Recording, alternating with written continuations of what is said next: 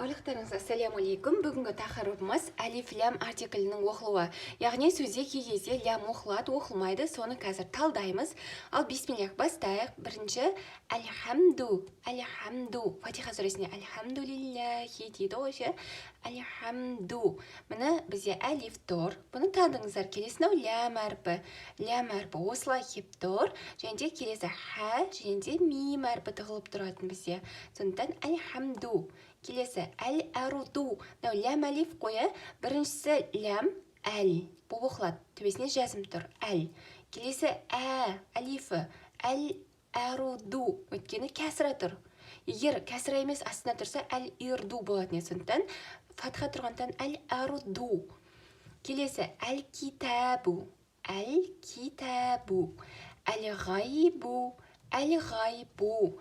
Әл-Қур'ану, Әл-Қур'ану, Әл-Фасиқина, Әл-Фасиқина, Әл-Джахилина, Әл-Джахилина, Әл-Аламина, Әл-Аламина, Әл-Кафирина, Әл-Кафирина, Әл-Муслихуна, Әл-Муслихуна, Әл-Хасируна, الخاسرون المفلحون المفلحون المستقيمة المستقيمة المغضوب المغضوب الدين неге әл-дину болған жоқ?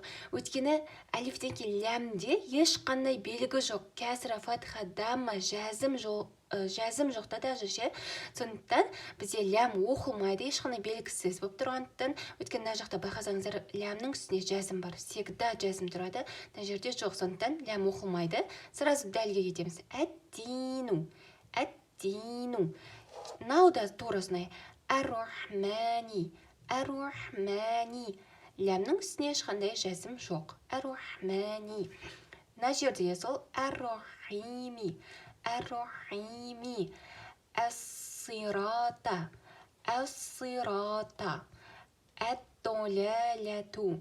Әд-доляляту. Мына жерде созылатын белгіні білесіздер ғой? Әд-доля созылады. Сосын ляту.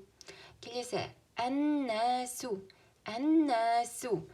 Әз-залимуна. Әз-залимуна. Міне қараңыз. Әз-зали. Әз-залимуна. Нау лямның астында кәсіра болады да бұл жерде ше. Және де мимге уже вау кеп тұр. Әз-залимуна. Әс-самаду. Әс-самаду. Бұл жерде ешқай созылмайды, бірақ лям оқылмайды білесіздер. Әс-самаду. Әт-тину. Әт-тину. Әш-шайтану. Әш-шайтану. Ша жіңішке, но та жуан. Әш-шайтану болады.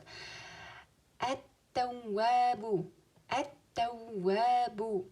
Әс-саламу. Әс-саламу. Әс-салихати. Әс-салихати. Мынау лям ғой, өйстіп байқалады өзі лям екені.